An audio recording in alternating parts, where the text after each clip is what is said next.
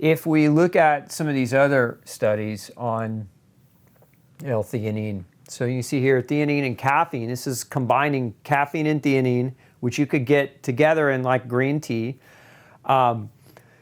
Oral intake of L-theanine and caffeine supplements is known to be associated with faster stimulus discrimination, possibly improving attention to stimuli. We hypothesize that L-theanine and caffeine may be bringing about this beneficial effect by increasing attention-related neural resource allocation to target stimuli and decreasing deviation of neural resources to distractors. Okay, what does all that really mean?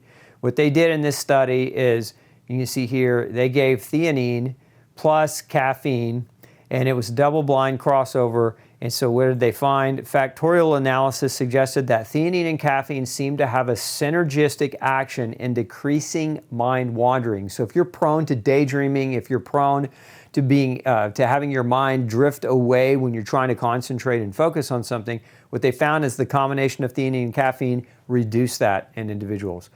Therefore, our hypothesis is that L-theanine and caffeine may be decreasing deviation of attention to distractors, including mind wandering, thus enhancing attention to target stimuli. So focus on the thing that's in front of you. Staying in the now, being in the moment, right, is what L-theanine really helps to do. I like to look at L-theanine almost like if you do any kind of meditation in the morning, or you do any kind of like mind-body prayer, anything where you're just trying to focus your internal energies on the present moment.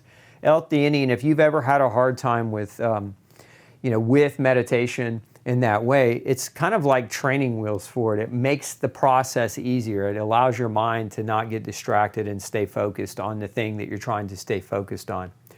Here's another study on effects of theanine and attention reaction time. You see here, previous human studies revealed that theanine influences brain function. This current study was designed to evaluate the effect of theanine on attention and reaction response in 18 normal, healthy university student volunteers. So they gave 200 milligrams of theanine or a placebo, and this was double-blinded, repeat measurement design protocol. And then they assessed these individuals at 15 and 60 minutes after consumption under a relaxed condition upon exerting an experimentally induced visual attention task. So they gave them the stressful task to do visually after giving them theanine and measured the outcome. Results evidently demonstrated that theanine clearly has a pronounced effect on attention performance and reaction time response in normal healthy subjects. So basically, think of that in terms of how you might apply it in your life. If you're trying to remember something, maybe you've got a project at work, maybe you're studying for a test, and you having a harder time focusing. What's one of the things that we see in today's world with our kids is they're being pumped full of this drug called Adderall, which in my opinion is just a legal stimulant. It's legalized cocaine. But it's usually dispensed through prescription medication because students are having a hard time focusing at school. And what we're saying is that there's this natural substance that you can drink from green tea. You can also supplement with it that also improves your ability to focus on tasks at hand. Whereas this comes with a laundry list of the potential for addiction and other side effects like B vitamin deficiencies and other problems. Theanine does not. Okay, let's look at this next one here. Acute effects of theanine caffeine combination on attention. This was a placebo-controlled 5-week crossover trial. 20 healthy male volunteers compared the effects of theanine at 200 milligrams and caffeine 160 milligrams, their combination, black tea, and a placebo. And then this is what they found. A dose of theanine equivalent of 8 cups of black tea improves cognitive and neurophysiological measures of selective attention. So improves attention to a degree that is comparable with that of caffeine. Theanine and caffeine seem to have additive effects, so when you combine them, it's even better. You get more focus and more attention.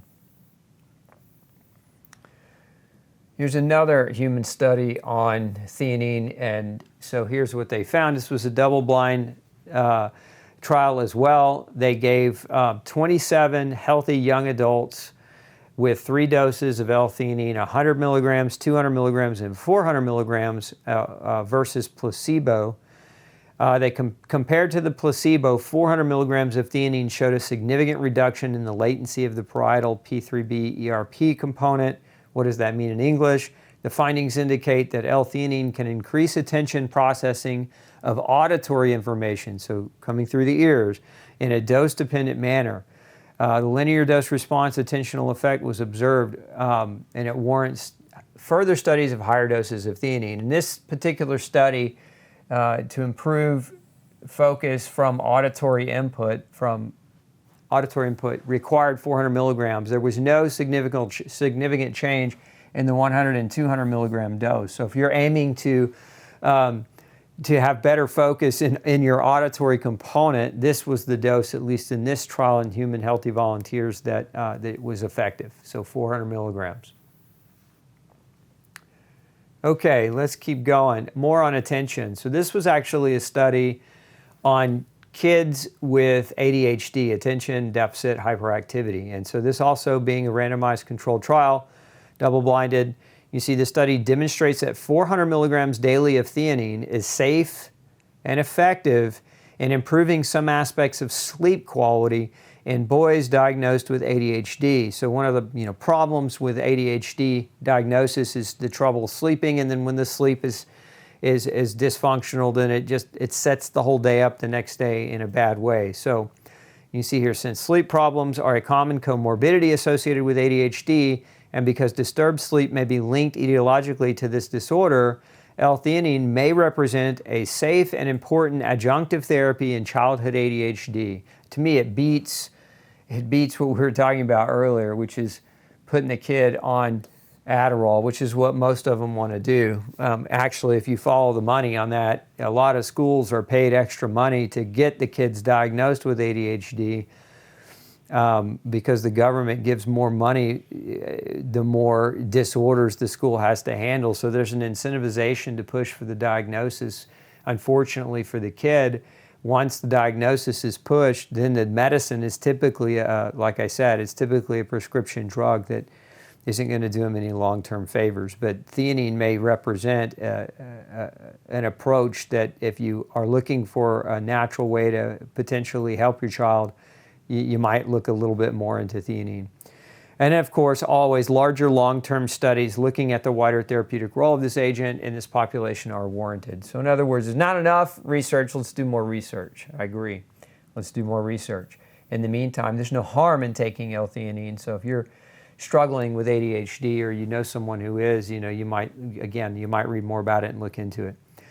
Here's another study with ADHD. So we examined the acute effects of L-theanine, caffeine, and their combination on sustained attention, inhibitory control, and overall cognition in boys with attention deficit hyperactivity disorder. And what they gave was the L-theanine at 2.5 milligrams per kilogram of body weight, combined with 2 milligrams of caffeine per kilogram. They're combined and a placebo were administered. So their combination and a placebo were administered in a randomized 4-way repeated measure crossover with washout. It was 5 boys aged 8 to 15. L-theanine improved total cognitive composite and NIH cognition toolbox versus the placebo. You can see down here L-theanine and caffeine combination improved total cognition composite. This study summarizes theanine-caffeine combination may be a potential therapeutic option for ADHD-associated impairments in sustained attention, inhibitory control, and overall cognitive performance. So if you're struggling and looking for that focus, that may be a better option for you. Let's look at this next one on theanine on cognitive function in middle-aged and older subjects. So this was a randomized placebo-controlled trial. You see here, theanine and amino acid in green tea has been shown to affect brain function by relieving stress, improving mood, and maintaining normal sleep. A double-blind randomized trial was conducted. Subjects were Japanese men and women aged 50 to 69. And the conclusion of this study was L-theanine may contribute to improving attention, thus enhancing working memory and executive functions. So again, this was this relatively smaller dose. In this trial, it was a 100 milligram per day dose versus some of the other ones we've looked at, which were 200 and 400 milligrams. So Let's do another one here. So this one also on cognition. Randomized placebo-controlled crossover, 9 men and 21 women, age 48 to plus or minus 12 years, who had no major psychiatric illness. They gave 200 milligrams of L-Theanine a day or a placebo. What did they find? Verbal fluency and executive function scores improved after L-Theanine administration. Our findings suggest that theanine has the potential to promote mental health in the general population with stress-related ailments and cognitive impairments. So better cognition. I think we could summarize it, all these trials that are human nature, to say that L-Theanine improves focus, attention, and cognitive function in healthy individuals. Then we have the effects of acute caffeine, theanine, and tyrosine on mental and physical performance in athletes. So this was a study for athletes. They took 20 current or former male collegiate athletes, approximately in their lower 20s, completed a double-blind randomized crossover. The present results indicate that a combination of low dose of caffeine with theanine and tyrosine may improve athletes' movement accuracy surrounding bouts of exhaustive exercise without altering subjective variables. So basically improved movement accuracy, their ability, their coordinative skill set, if you want to put that in English. Okay, now we have, switching gears just a little bit here, it's a randomized trial in healthy adults age 18 to 70. And so what are they looking at? They're looking at giving green tea or a placebo twice a day for 3 months. Among subjects taking the green tea, there was a 32% fewer subjects with symptoms. We're talking about colds and flus, 22.9% fewer overall illnesses of at least 2 days duration, 35.6% fewer symptom days if they did get sick, and then gamma delta T cells from subjects taking theanine proliferated 28% more, so it improved immune system function and reaction. But they also secreted, I didn't highlight this, but they secreted 26% more interferon gamma in a response to antigen exposure. This proprietary formulation with theanine is a safe and effective dietary supplement for preventing cold and flu symptoms and for enhancing gamma delta T cell function. So improvement in the T cells that help fight cold and flu, less symptoms, less illness, and overall improved immune health. Here's another one on the immune system with the combination of using cysteine and theanine. And so this one was against the common cold. You can see the common cold is the most frequent illness caused by viral infection. Recently, we reported that oral administration of cysteine and theanine, and this was to mice, this same group of researchers initially did a study in animal mice, enhanced the humoral immune response associated with antibody production. Based on the mouse study, we investigated the effects of adding cysteine and theanine supplementation on the common cold in humans as a pilot study. So they took a total of 176 healthy male volunteers, randomized to receive either placebo or a combination of 490 milligrams of cysteine theanine tablets twice a day for 35 days. What did they find? The incidence of subjects with colds during the trial was significantly lower in the cysteine theanine group than in the placebo group. Results suggest that cysteine theanine supplementation may be useful for the prevention of the common cold. So here we are getting ready to go into cold and flu season. You know, what's your takeaway there? Well, one easy takeaway from that is, you know, if you like and enjoy green tea, have some. Have some. You'll get the theanine. You'll get some of that theanine from it, and, you know, potentially supplement if that's what you'd rather do. I'm personally allergic to tea, so I can't drink it. And so if I do theanine, I have to do it through supplementation. Here's a study on the theanine supplementation with patients with major depressive disease or disorder. So in this study, they gave 250 milligrams of L-theanine per day. This study demonstrates with chronic L-theanine supplementation, this was an 8-week study, one, that it was safe with very little to no side effects. with diverse beneficial effects on the improvement of depressive symptoms, on sleep disturbance, on anxiety, as well as cognitive impairment functions in patients with depressive disorder. So it improved their sleep, their anxiety levels, and their cognitive function as well, and it reduced their depression. Let's look at this study on sleep. Now, this is a major review. So this is a systemic meta-analysis of many different studies on the supplementation of L-Theanine on sleep quality. And so what they did is they compiled multiple different research studies. And so it was in total, combining all these studies, it was about 897 participants in total. And what did they find? They found that theanine was shown to significantly improve subjective sleep onset latency. They also found that subjective daytime dysfunction was reduced and overall subjective sleep quality scores improved. The findings indicate the potential use of theanine in the management of sleep disturbance. And then they go on to give the same disclaimer that most of these studies do, which is we need more studies to make definitive clarity out of it. Now, we got another systemic review of trials on sleep here. And so in this particular paper, they gathered 13 eligible trials based on the criteria that they had put forth. And then this number of people was 550. And the dosing was between 50 and 900 milligrams a day as a standalone intervention on sleep-related outcome measures. So based on the current evidence, supplements with 200 to 450 milligrams a day of L-Theanine appear to be a safe and effective way to support healthy sleep in adults. Among the included trials, beneficial effects were reported on both objective and participant-reported outcomes, including measures linked to sleep latency, maintenance, and efficiency, perceived sleep satisfaction, and feelings of refreshment and recovery on waking.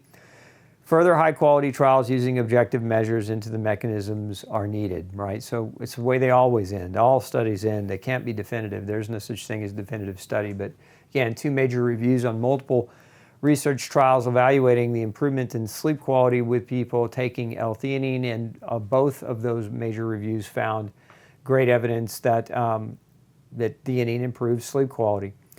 Here's one on this is a systemic review on patients with mental disorders. So here's what they did. Among 419 publications, they found 11 studies from 6 different countries that fit their criteria.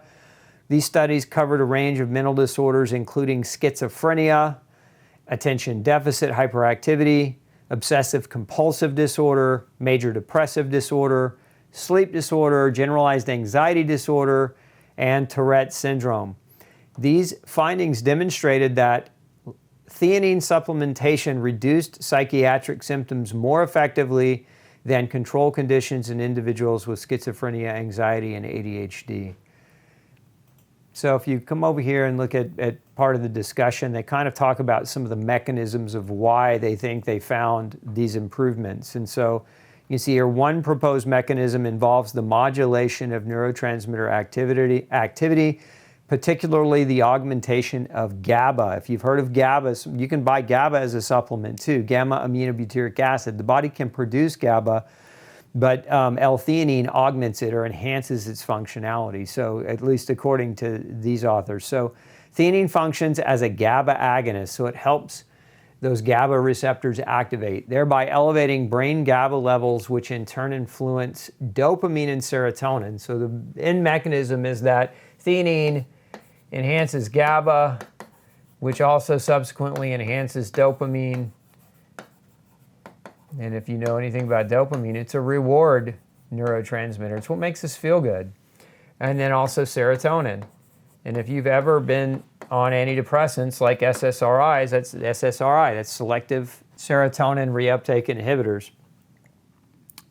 So those drugs modulate or recycle serotonin. So L-Theanine, acting through GABA receptors, increases the release of dopamine and serotonin.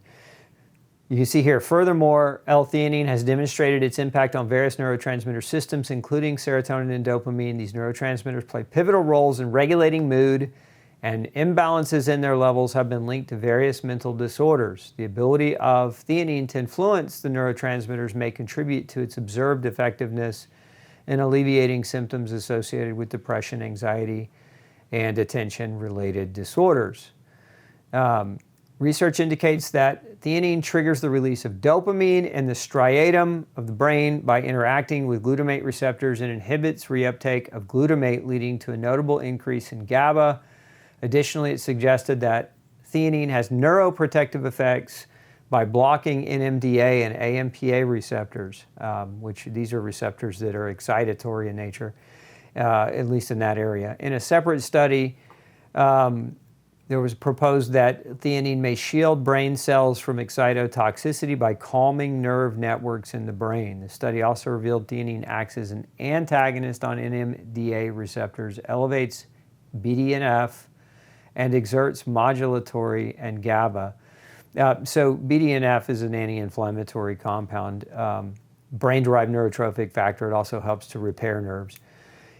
So at any rate, one of the other things they found, the modulation of alpha wave activity by theanine may contribute to its anxiolytic effects, meaning its anxiety-reducing effects, and improvement in attention-related symptoms. So we've known there are numerous human trials as well that show that theanine improves brain alpha wave production. In this study on theanine and stress and anxiety, this is a review. They took 5 randomized controlled trials using the dose of 200 to 400 milligrams a day for up to 8 weeks. In total, it was 104 participants. They found in the 4 studies significant improvements in reducing stress and anxiety.